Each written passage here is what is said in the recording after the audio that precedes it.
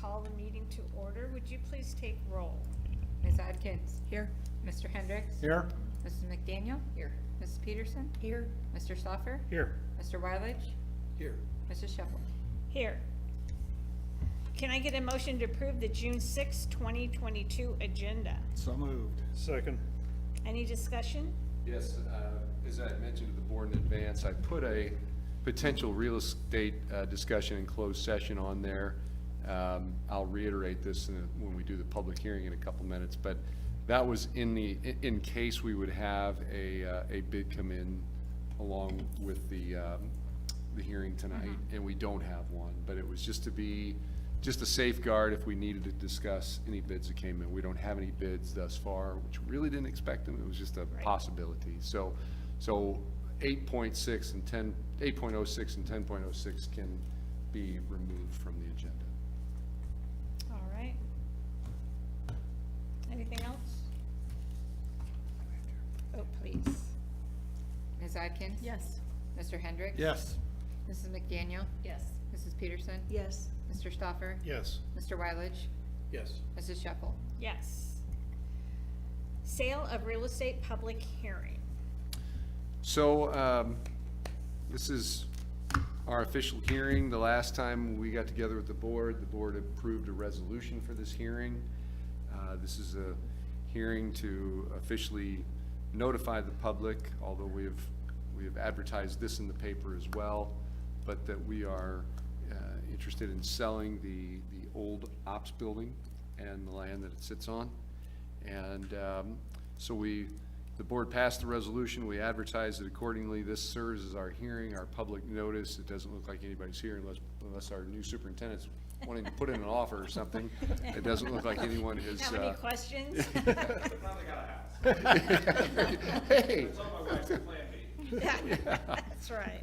it's a nice building. I don't know if I'm wrong. Anyhow, so as I explained last time, it was possible. I did contact the people that had contacted me. I did inform them, according to our real estate attorney, we could accept bids in conjunction with holding this hearing tonight, if people wanted to put in a pre-bid, so to speak. So I informed them of what the specs sort of were, the minimum purchase price that we discussed, and we did not get any of those in. So we now have the invitations to bid that we will make available to anybody who inquires. These will remain with Andrea, and if folks come in and request through Anna, we'll make sure they get an invitation to bid. Per the board's decision, it's a as-is sale with a minimum bid of $415,000. The intent right now is to take bids for the next 2 weeks and see what comes in. We have had a couple of realtors who have contacted me who, of course, would much rather us be listing it because they'd like to list it for us. But they did want me to know that if we do not sell it through the bid process, that they're confident they could find a sale for us. And if that's the case, if we don't have any bids, or if we don't have any bids that we want to entertain on the 20th, we can talk about next steps to secure a realtor, commercial realtor, if that's the route the board wants to go. We could also just continue to accept bids for more weeks if we wanted to wait until something comes in. So that's it. And I'll have the board meeting set up on the 20th to accept and consider those bids, if any come in, and we'll go from there. But we have the invitation to bid ready to go out for anybody that's interested, and we are all set. Are there any questions from the board members? Is there anyone online that might have some questions about, this is a public hearing? Okay, with that, we will go ahead and close the public hearing and go on to commendation and good news. Send it over to Dave. I do have a few today. First, I did share this document with you. It's got a few links in it. Just to point out some of the things that have happened in the past couple of weeks. These are a bunch of pictures that Jackie Bodie-Steinke shared from the Senior Awards Night. Lots of great pictures there. As you know, or may not know, we launched today a new web presence for Lewis Central. And so I encourage you to, it's got the same URL it did before. It's just with a completely different vendor. Congratulations to Josh for the transition to this new site. It is very mobile friendly, so feel free to pull up on your phone and explore. We didn't move we moved it, but we haven't made everything live, and it's still a work in process. There are over 2,100 live pages, though, so it was a significant project, and congratulations to Josh for a great job. Josh, would you like to say? Yeah, the only thing that I would add is, if you notice at the top of every page, there's a spot for feedback, so if something's not working like we think it's supposed to, anybody can click there and submit feedback. There are a few things that'll be done over the summer. The big goal was to limit the number of pages, because there's a lot more tools that we have now to be able to display content. So board policies is one example that you guys would know. However many board policies we have, they'll all be on one page. So you don't have to navigate from page to go see them. The content's just displayed differently. So it is live.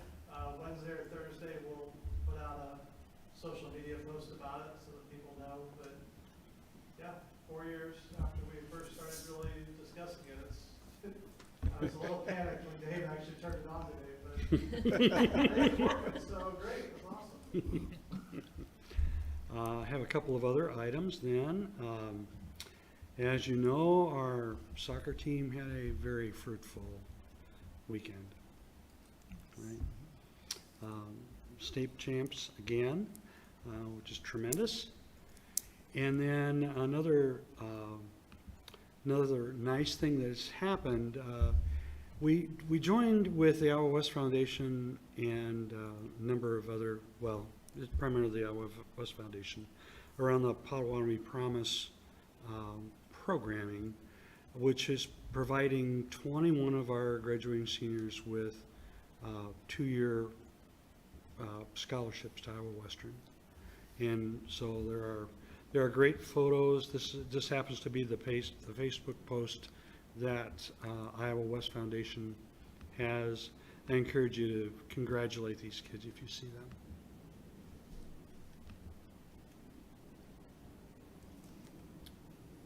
And that's it. Okay, I also have one here from Four Corners Community Foundation. They support the Southwest Iowa Leadership Academy that our middle school attends, and they have given us a generous donation to the Southwest Iowa Leadership Academy. The Four Corners Community Foundation, they have given $3,125 towards the Southwest Iowa Leadership Academy, and that is some good news because that supports our kids get to go to this, and I think that's a great opportunity for them. So we are grateful that they support this. I Anyone would else? just say too, that in the last couple weeks, on top of all of those things, we had a successful graduation, very nice ceremony, and thank you to all the board members who handed out the diplomas, and I participated as a parent that day, but also last day of school Yes. on Friday. Last day of school, uneventful, last day of school. I guess Good. depends who you talk to when you say uneventful. Of course, you know, energy level's always up here, but in reality, it was a nice calm end to a good year. And just as superintendent, let me throw my kudos to the boys soccer team also. You know, it's just such an impressive group. You don't have to observe them on the field long to be able to tell just how talented they really are. They're really a talented bunch of guys, and and they're good guys too, you know. They're kind people that I think represent LC very well.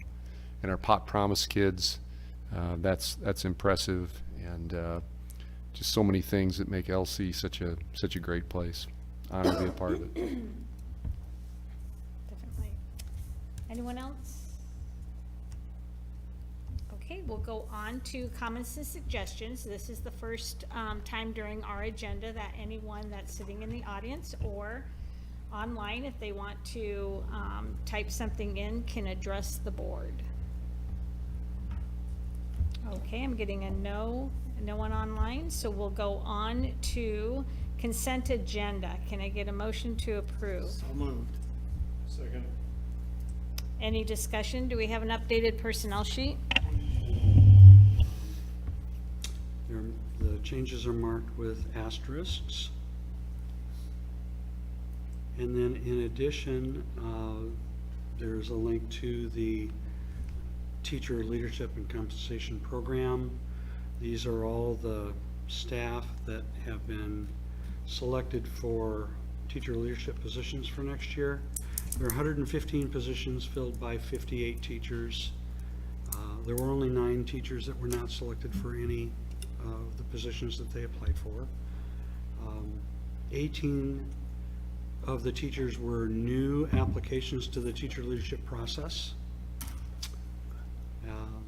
So there's quite the list there. It's about $250,000 of stipend. Is there any discussion?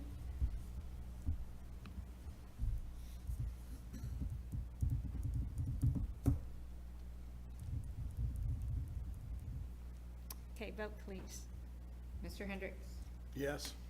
Mrs. McDaniel? Yes. Mrs. Peterson? Yes. Mr. Stoffer? Yes. Mr. Wylage? Yes. Ms. Atkins? Yes. Mrs. Sheffield? Yes. Reports. No reports tonight. All right, we'll go on to discussion items. 8.01, 2022-2023 SIAC goals. So our, as Dave comes up to the podium table there, our School Improvement Advisory Committee, as with so many districts, has been sidetracked. And it's not a quick process. It was, Dave and I talked about it often over the last couple of years, and we definitely felt each other's frustration. But Dave facilitated us through this entire year as we spread it out. And one of the functions of the SIAC group is to aid us in creating annual improvement goals. I'm impressed with the group. I'm impressed with the conversation that we had, and I'm impressed with the outcome of the goals as well. So I won't steal Dave's thunder. I'll turn it over to him so he can walk us through what we did. We started in September, as Dr. Canosa said. We met about every other month. We did have one that was canceled due to weather, but we made it up to next month.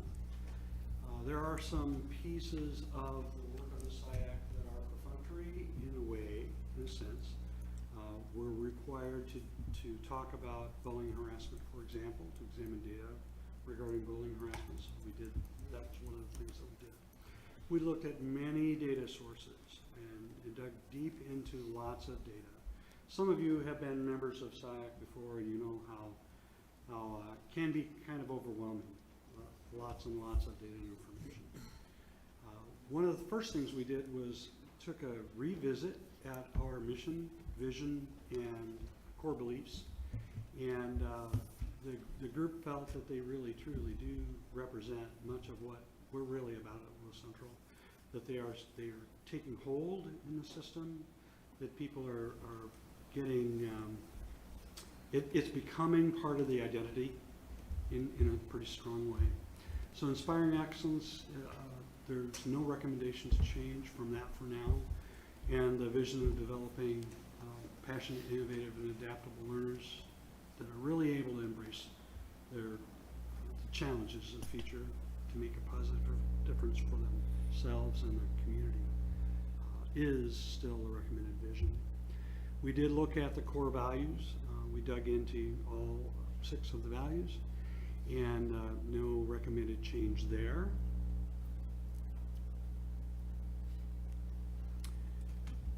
We did, however, when we got to the goal statements, we made some changes. The one largest change is probably we're recommending that we drop a specific goal regarding technology.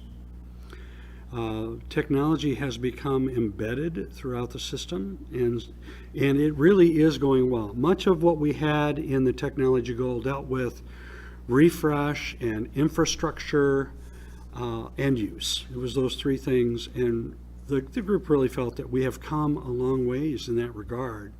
And so to look differently at the technology piece, embed it inside the other goals made a lot more sense, okay?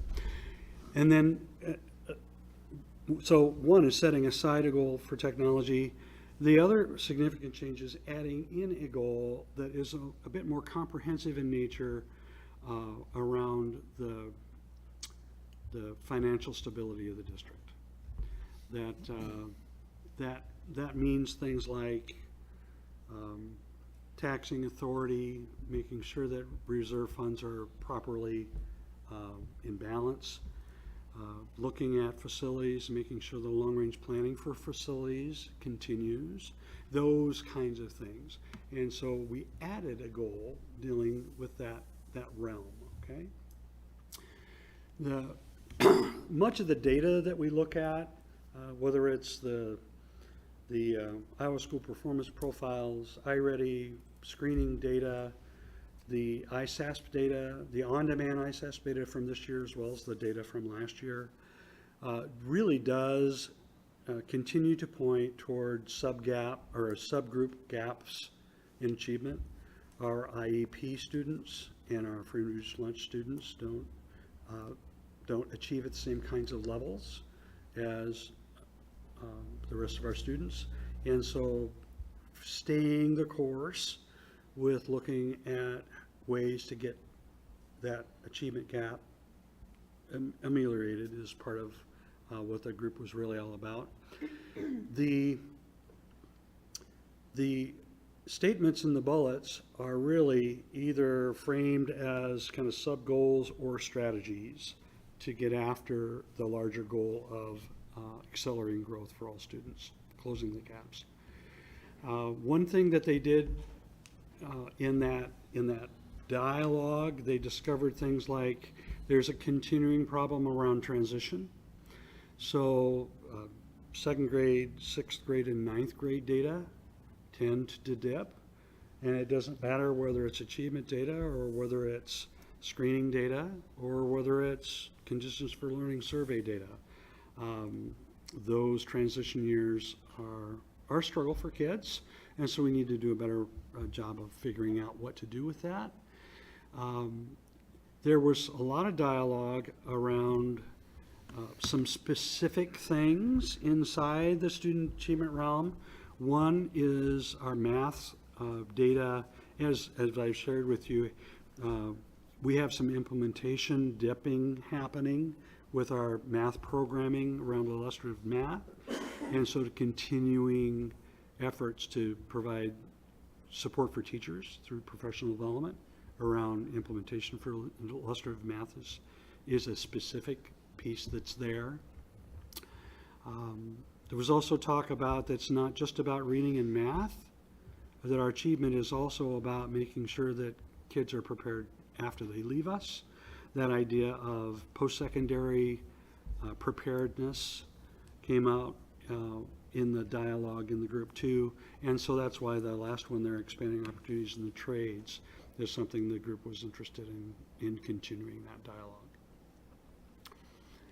When you look at the second goal is really about being the best we can around a multi-tiered system of supports to support kids around interventions in the classroom. The early warning system is very much part of this. A lot of dialogue around social emotional learning and its impact on kids who struggle. And so some specific things in here that the group is really excited about. One is moving away from the SABRS screener for behavior and social emotional behavior health that we've been using just at the K-5 level to a much broader, larger screening survey process that will encompass the entire district and include the adults in the district as well. Using a screener that's aligned with the Castle Research Group through Panorama. Panorama is the early warning system that the State Department has invested in and has provided districts. It will integrate completely with that product and allow us to stack achievement, attendance, and social emotional health and behavior all together as multiple looks to invest in students early and often. Another big piece of this was not to lose sight that it's not just the struggling learners that are part of this goal. It's also about the excelling learners as well. If kids already come to the table knowing much of the curricula that we want to deliver in a grade level, we need to figure out better ways to challenge them at their appropriate levels. And so that came out there in things like increasing TAG services or increasing professional development designed to help rank and file teachers differentiate better in their classroom for those kids. The third goal deals with professional development in the system. Continuing the course in large measure around what we've been doing with professional development. There are two specific things in here, however, that are new to the process. We have been we've had a structure to support professional learning communities in our district for 20 years or more. And it's time that we look at investing in that process differently. They need energized to get after the significant work that these collaborative teams are trying to get after. And so we're bringing in some significant training in PLCs. It's called PLC Plus. We did some piloting of that this year with a couple of building leadership teams. And it's going to be some pretty exciting work. It's actually starting next week with some leadership groups, next week or the week after? Next week. Next week, yeah. With some leadership groups. We've reorganized our TLC program a bit to have 2 district program champions around PLCs to help support PLC implementation at the building levels. So that is one large piece of this. The other piece is to reframe the way that we look at professional development around interventions that are being used with kids who struggle. Our former goal basically said that we would support innovative teaching practices, but it wasn't very targeted. And the group was wondered, why can't we be more targeted with that professional development? So what our plan is to do is to look carefully at the evidence-based intervention strategies that we have in place and provide specific professional development targeting their implementation. Rather than anything, anything that's evidence-based, it's around those evidence-based practice. So that's another piece of this that has shaped a little bit more. The idea of well-being and student well-being is being expanded in this goal. This used to be the 5th goal, now it's the 4th goal. And they're not necessarily in any kind of priority order at all.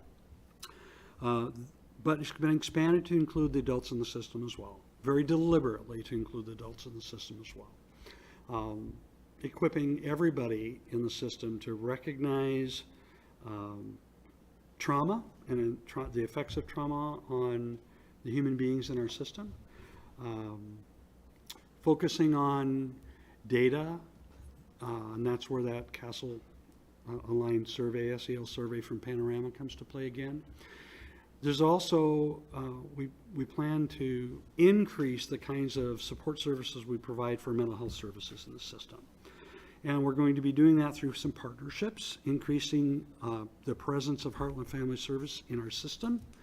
We've partnered with them, and they're in the hiring process now to bring a full-time mental health professional to each facility next year.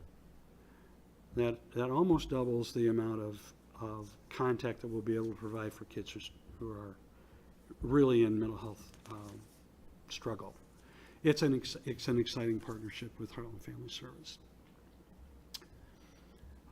And the last goal deals with financial stability of the district. And again, it's things like making sure that our solvency ratio is healthy, but yet we're not a bank, right? To make sure that our unspent authorized budget is reasonable, and that our categorical balances are on the right path. We focused this around some of the information, like we went to the SBRC earlier with our plan to get after our categorical budgets, our targeted budgets. We also know that recruiting, retaining high-quality staff for some of our positions has been very difficult, like bus drivers, custodians, and paraprofessionals. So those are three very easy ones to point to. And so being more deliberate with a goal statement that says, let's really try to be market competitive with those employee subgroups, and figure out ways to better attract and retain employees in those hard to fill positions. So that's another component there. And then lobbying, making sure that we're on the front side, that our voices are heard with the legislative body in Iowa, so that we fund public schooling in the way that it needs to be funded. So that's another component that's woven throughout this as well. In addition to that, we also know that enrollment is a primary factor in funding our schools in Iowa. And so figuring out ways to make sure that we understand and balance enrollment. Lowering the number of open enroll out students, for example, targeting that group, figuring out ways to better retain students from that perspective. We have a lot of kids that want to come in, but we also have a number of kids that are leaving us for various kinds of reasons too. So better figuring that out is part of that too. In addition to seeing all of this as ways to manage taxing authority, et cetera, it's expanding partnerships so that we can do more things that are the right things to do for kids without adding tax burden as well, like the Heartland Family Service Partnership, grants through Iowa West Foundation and others. So there you go. The group would like to recommend these 5 goals and the sets of sub-goals and strategies to try to target those pillars as goals. Yeah, I think we have to keep in mind that these are overarching, and they're designed to really aid in the focus and the through line between our schools and in the work that we do. And that was a lot of, I think, the discussion that we had. Just a little comment about that last, the financial stability, that I think our intent with that goal too was to make sure that 2 things: make sure that the good work we've been doing has a spotlight shining on it, and we felt that it was good for the SBRC to see our commitment, because obviously when Andrew and I visited with them, there were some very specific things we said that we would be doing, and so it seemed appropriate that those pieces be at the forefront of our decision making, so we stay committed to that, and we've been going in the right direction. And all those things that Dave mentioned, I think we've been practicing in a really good way, and enrollment numbers are looking good right now. Mm-hmm.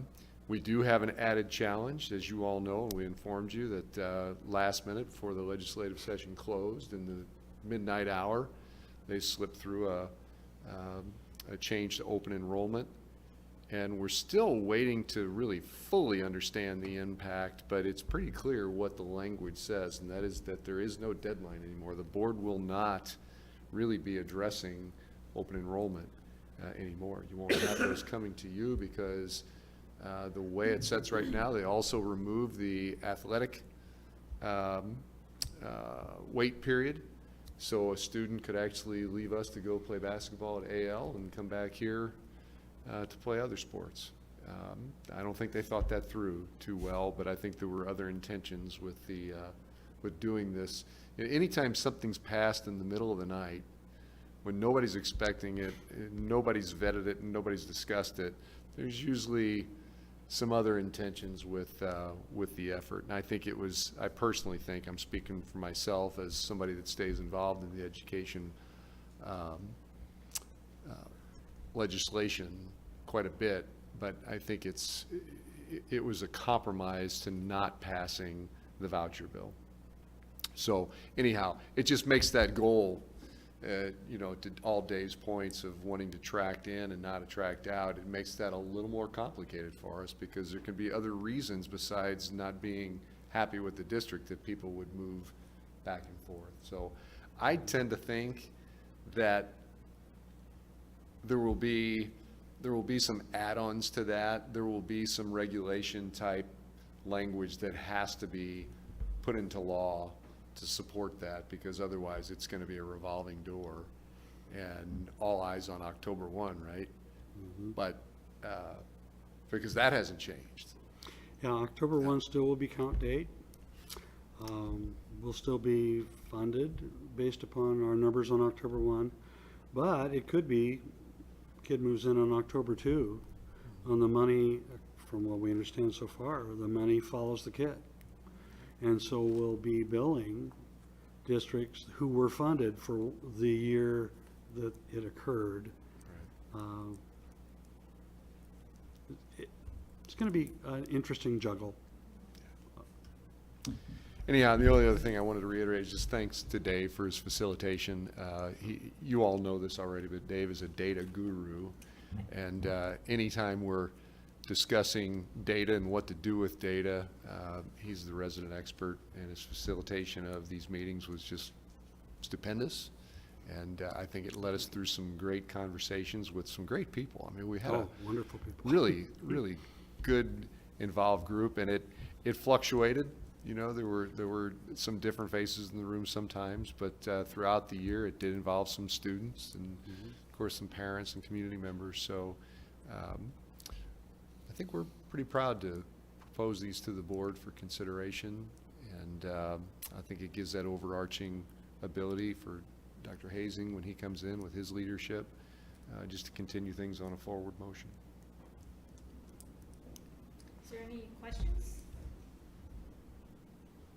I think we're good. Thank you, Dave.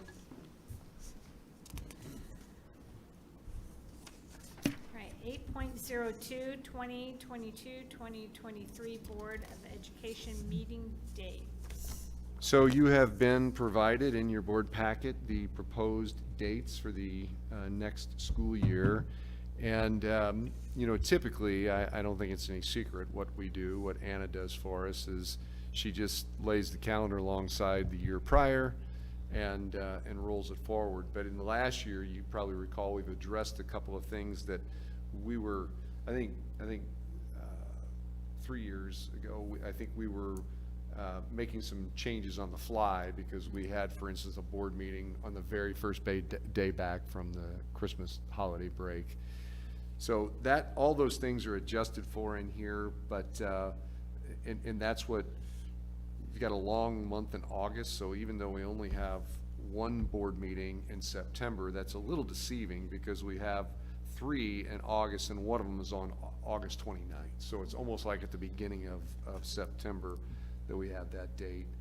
And then January, that's adjusted again, so we're not coming right back from break and diving into a board meeting. And then we still have spring break on the calendar for next year. It's the following year that will reverse back to what it used to be, where there won't be a March spring break. So only one date one board meeting date in March as to not conflict with that week. And then the only other month is July, which I think you've always typically done only one board meeting in July due to vacations and whatnot. We added on the line down there, I don't, probably should have said, we probably should have said Google Meet instead of Zoom, because we are transitioning to the Google Meet format instead of Zoom.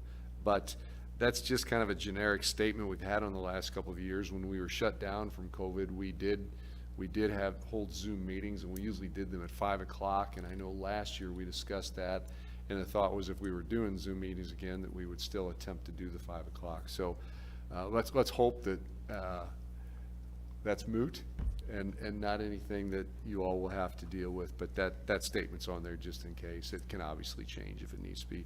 That's not really what you're approving. You're approving the dates. Is there any discussion?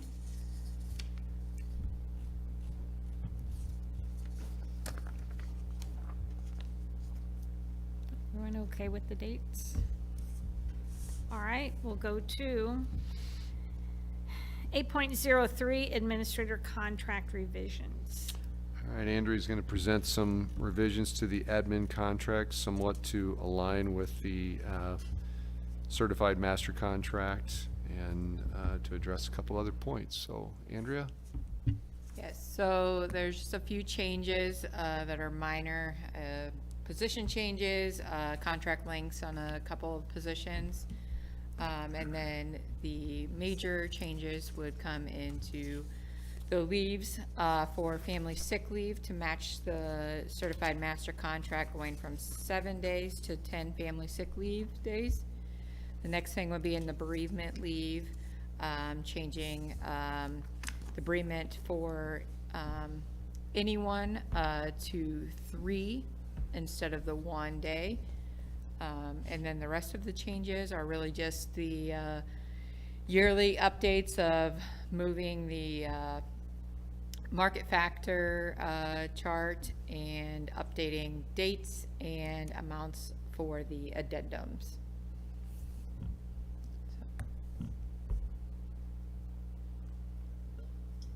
Are there any questions? The director of operations, wasn't that split into? Yes, so it is no longer on the administrator. Falls in this category. Correct. Thank you.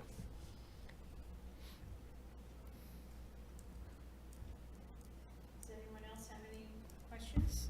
Who do those two positions report to? The superintendent. So the activities director's vacation's approved by the superintendent, but they report to the principal at the high school. Yeah, I don't know that was, if there was any intention of that. Ultimately, all these are approved by the superintendent, Yeah, but they would go through the system to be approved by the administrator. Because the rest of the people, yeah, that's where their direct report Well, is. yes, and then part of the issue is with the high school principal being only on a 232-day contract, not being under contract when the activities director could possibly be taking vacation. So majority of the time you leave it at the higher up and then you funnel it. it could work either way, but that's, obviously that is one consideration, the fact that we're working year-round like we are at the district level. But what it does, as you remember when we talked about approving this, it does, not this, when we talked about changing the activities director to a 12-month contract, it was a messy situation anyway, because he works, They work a lot in the summer. well, works a lot in July, Yeah. which is when he's supposed to be July's- off. yeah. So what was happening is he was being given comp time, because there are very specific times throughout the year where an activities director, When they're in calendar, if you will, activities. goes a little dormant, just a tiny bit. And those are probably opportunities for them to, if they need to get away for anything. So that, obviously, that time, obviously would be collaborated with the, in this case, it would be Joe Vinchetto, But, you know, to Andrea's point, technically, no matter who's approving it, if the board isn't approving it, the superintendent's approving it, even if it's a designee.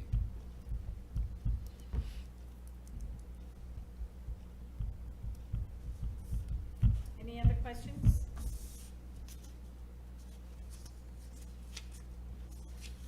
All right. 8.04, auditorium equipment purchase.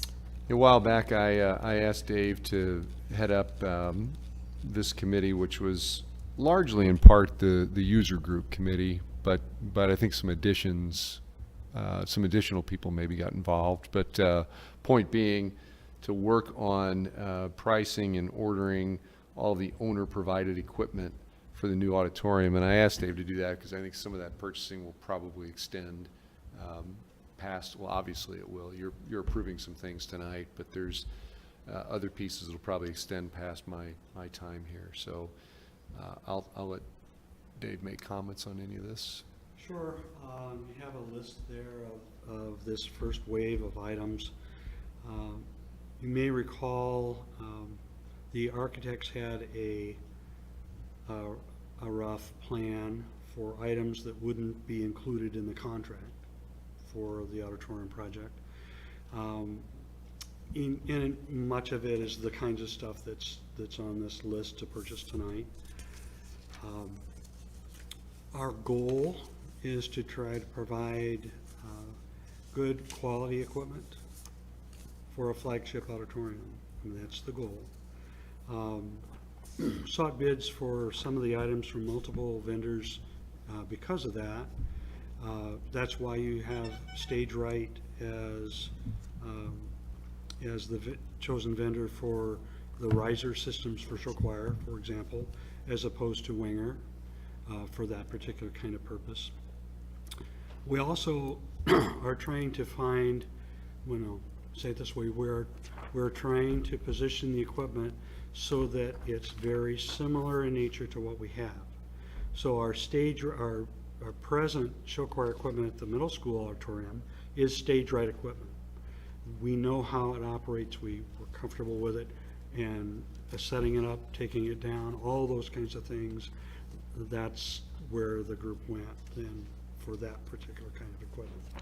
Same with the music stands. There are other vendors that will provide music stands, music chairs, etc. But keeping with a constant or a consistent look and feel around the equipment that they're comfortable with was part of the goal. The two big pieces tonight are listed there. There are some large equipment pieces that are not ready to go before you yet. The two biggest ones would be grand piano and audience seating for the Black Box Theater. We have Winger doing a proposal for the seating in the Black Box Theater. We actually had them do an initial one and we're scaling that back. It was just, wouldn't fit. You know, we first said, what if we had enough room for 100 people in the audience in the Black Box? 100 won't fit. So they're scaling that back. It'll probably be in the neighborhood of 85 for that particular space. And then the grand piano, we're not in a hurry to buy a grand piano because we want to settle in the space a little bit, and we want to work with vendors to have them bring quality instruments in so we hear them in the space. A grand piano is one of those things that is, there's a lot of variance, we'll put it that way, in pianos. Steinway makes a great grand piano, Kawai does, Yamaha makes grand pianos. They're kind of bright sometimes. If we tailor the instrument to the space, we'll be happier in the long run. So that's our goal on the grand piano. There are a number of other things that are listed there that have not yet been considered. I guess they're not, it's not in the list that you have here. Some things have already been taken care of. Oh, there you go. There's the list from BVH there. Some things have already been taken care of. For example, The washer, the dryer, the refrigerator, some of that backstage appliance kinds of things are already taken care of. Tool storage and some of the things for the set construction area, the CTE, some small tool replacements, some costume storage racks, costume storage containers, those kinds of things that we can go to Menards and purchase. We've been doing those small items all along. Goal is to have this equipment in place before school starts. The only things that we're not sure of in regard to that are the music stands themselves. All of the other equipment, all the other Winger equipment is 3 to 4 week lead time is all, but the music stands are not. The music stands are back ordered right now. So we may have to live with what we have, until the music stands can get here. Question on the 150 student performance chairs. Mm-hmm. Are those to replace then what's in the choir room currently, or are they for somewhere else? No, they are specific to the auditorium and black box area. So what are they used for on stage then? For, When the band plays and stuff. thank Yeah. you. Yeah, Yeah, Okay. predominantly chairs. So, looking through that too, the music stands, are those replacing what they're practicing with and then they're moved onto stage when they, yeah, it's designed to provide enough to satisfy all of the performance and rehearsal areas at the same time. okay, One of the things that the group they really want to do is set us up to be the place that people want to come. So for example, we've already asked the Music Association if we could host large group next year. That will require that we have multiple performance locations happening all at the same time. Warm up and performance all at the same time. so none of this is replacing anything? None of it's additional for replacing. the auditorium specifically? Correct. Okay, thank you. Yeah. There are some unknowns still. For example, the number of microphones for the pit area, monitor systems for the pit, those kinds of things. We're still working with the engineers to figure out exactly if the amps that are provided are enough, or do we need to supplement what's provided. Those kinds of things are still being researched. A little bit off topic, when can we go in and see the facility? What are you doing in half an hour? I'd love to. Let's do it. Don't tell anybody. Well. You just kinda did. I say that in jest, but How many people are listening to us? Because for me, the hard part is getting a sense of scale, because all those numbers seem really like a big count, but I also know how many people you pile on the stage at the middle school. It just, well, it's breathtaking when you walk in. I can't wait to see. And you see, so I'll be glad to anybody that wants to take a trip down there when we're done. I'd love to. We'll go peek. So I know part of this was, some of this stuff was back ordered, like the shell and how current are we on the time frame for all of this, the drapes and the shell and all That's the di- platforms and those Yeah, kind of that's things? different. That's, you're right, that's all back ordered, and that's one of the first things Dave and I discussed when I saw Wanger on here, because all of those things that are Yeah, back I mean, ordered are coming through Wanger. We're ordering stuff, but. Yeah, but- we can't really perform because we Well, don't have the stuff to. No, it'll be in conjunction. I mean, if, the latest change order that the board approved, of course, it specifies that we're gonna have substantial completion on June 20th. That's coming up real soon.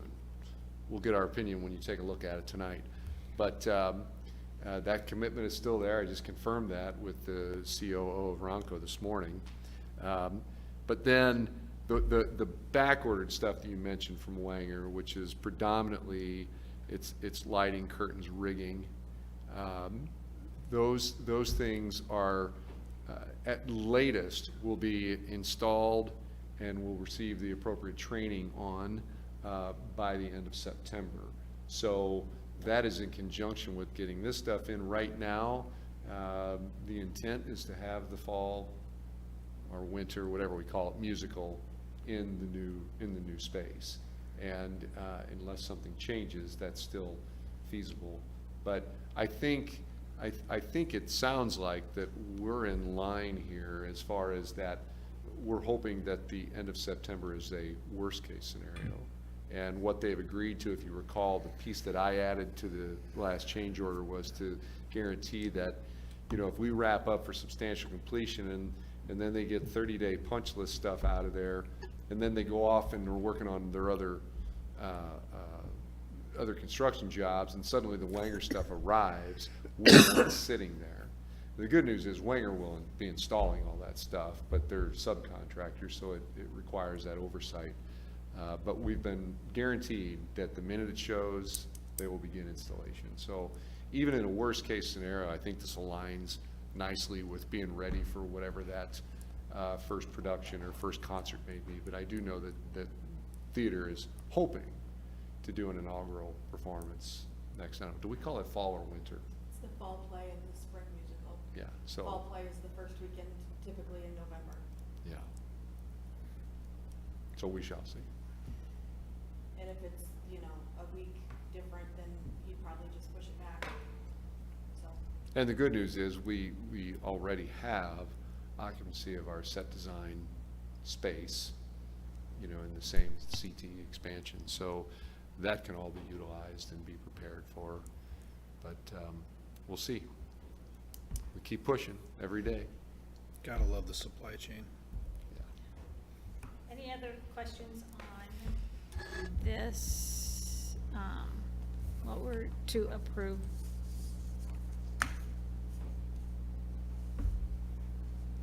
All right. 8.05, ESSER teacher and support staff incentive.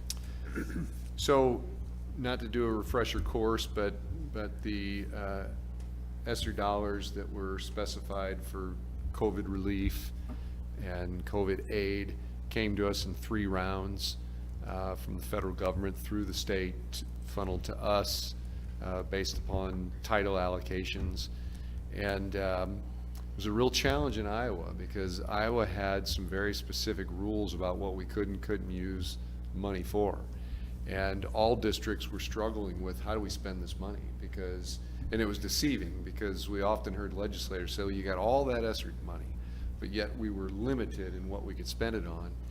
And somewhere along the lines, earlier in spring, it was brought up that, you know, with such the teacher drainage that we're experiencing, and not only teacher, what we've been dealing with our support staffs for quite some time. And we were surprised, but that was about the same time we learned that our state really shouldn't be limiting how we spend ESSER dollars, because at the federal level there weren't supposed to be any limitations put on by states. But about that same time, we were told that we could utilize those dollars for incentive programs.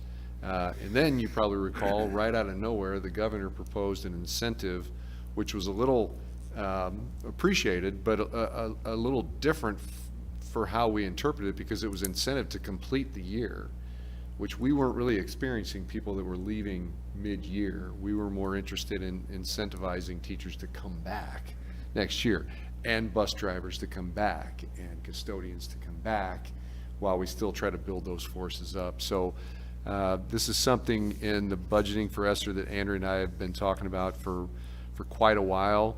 And we know this, I know in my career, I won't speak for my colleagues around the table, but I think they would be in agreement with me.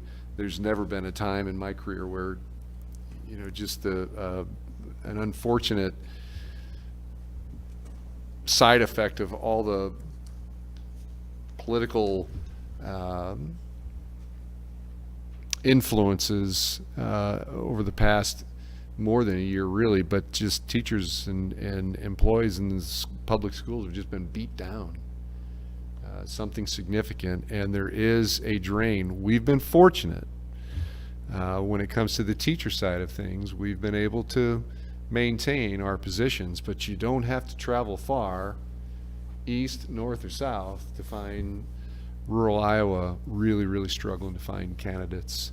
I think it's only going to get worse, and we need to reward the good people that we have. We can afford to do this. Again, we're limited with what we can do with these dollars. We've been about as creative as we can, and so we can afford this, and it makes sense to do that. So the proposal is to incentivize all of our teachers to return.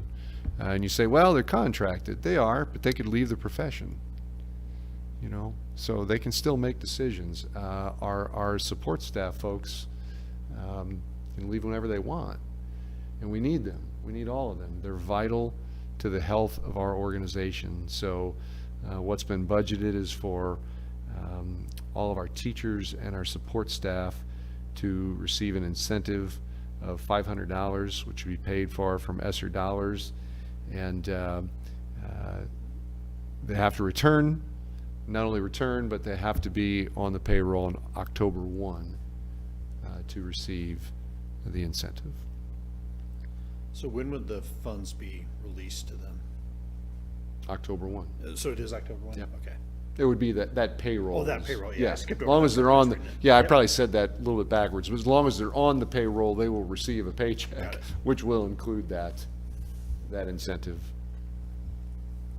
Nice Christmas bump. So, and by support staff, we're looking bus drivers, custodians, Everybody. everybody. Not administrators. I'm going to be honest with you, I struggled with that a little bit because our administrator is hardworking as anybody, and I wouldn't doubt that the shortage would impact them at some point in time or impact us as well. The problem is we're just highly scrutinized with any dollars that are afforded us, and I didn't want it to look self-serving going to management, so to speak. So again, I'm conflicted on that because I think that I don't know of one administrator in our district that hasn't sweat right alongside with all of our others and still maintained and persevered and connected us through and helped us. We've had some great years despite the whole COVID and you know, the politicization mess. So but that's why it's teachers and all support staff. So Bob, that's everybody. And there was some, that was why there was some confusion, if you recall, with No, the, that's what I- with the governors. It was supposedly for all teachers, but there are people on teachers' contracts that weren't included in the governor's incentive, and you all graciously picked that up and added them to the governor's incentive. But that did not include support staff.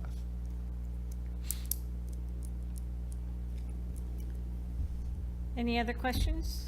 Would we have the funding to do administrators if we were to choose to?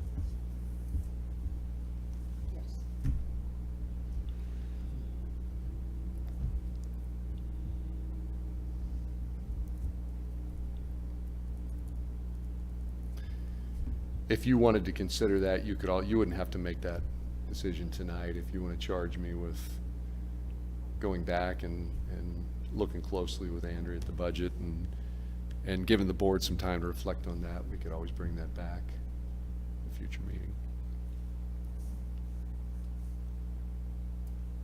Do you want him to go ahead and do that?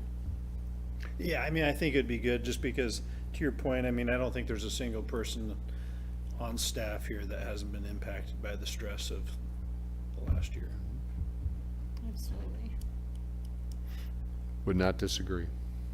I've seen it firsthand. Any other questions, comments, discussion?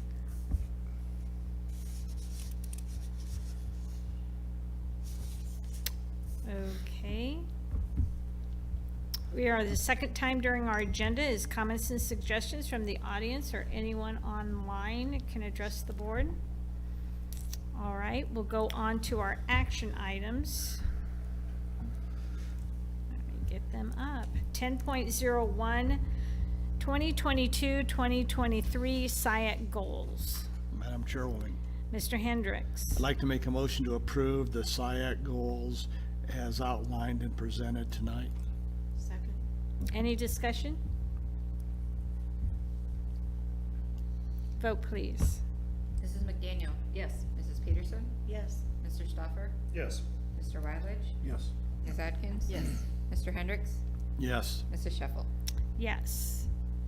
10.02, 2022-2023 Board of Education meeting dates. Madam Chairwoman, Mr. Hendricks. I'd like to make a motion to approve the proposed Lewis Central Board of Directors meeting dates and times for the 2022-2023 school year as presented. Second. Any discussion? Vote, please. Mrs. Peterson? Yes. Mr. Stoffer? Yes. Mr. Rowledge? Yes. Ms. Atkins? Yes. Mr. Hendricks? Yes. Mrs. McDaniel? Yes. Mrs. Sheffel? Yes. 10.03 Administrator Contract Revisions. Madam Chairwoman, Mr. Hendricks. I'd like to make a motion to approve the administrator contract revisions as presented. Second. Any discussion? Vote, please. Mr. Stoffer? Yes. Mr. Rowledge? Yes. Ms. Atkins? Yes. Mr. Hendricks? Yes. Mrs. McDaniel? Yes. Mrs. Peterson? Yes. Mrs. Sheffel? Yes. 10.04 Auditorium Equipment Purchase. Madam Chairwoman, Mr. Hendricks. I'd like to make a motion to approve the purchase of the specified equipment from Winger Corporation for $70,951.73 and from Stage Right for $26,561.64 as presented. Second. Any discussion? Vote, please. Mr. Rowledge? Yes. Ms. Atkins? Yes. Mr. Hendricks? Yes. Mrs. McDaniel? Yes. Mrs. Peterson? Yes. Mr. Stoffer? Yes. Mrs. Sheffel? Yes. 10.05 ESSER Teacher and Support Staff Incentive. Madam Chairwoman, Mr. Hendricks. I'd like to make a motion to approve the $500 teacher and support staff incentive to be paid for the ESSER dollars as presented. Second. Any discussion? Vote, please. Ms. Atkins? Yes. Mr. Hendricks? Yes. Mrs. McDaniel? Yes. Mrs. Peterson? Yes. Mr. Stoffer? Yes. Mr. Rowledge? Yes. Mrs. Sheffel? Yes. Items of interest, future board meetings. Our next board meeting will be June 20th. Is there anything else in between now and then? I don't believe so. All right. With that, can I get a motion to adjourn? So moved. Second. All in favor, say aye. Aye. Opposed? You can still stay.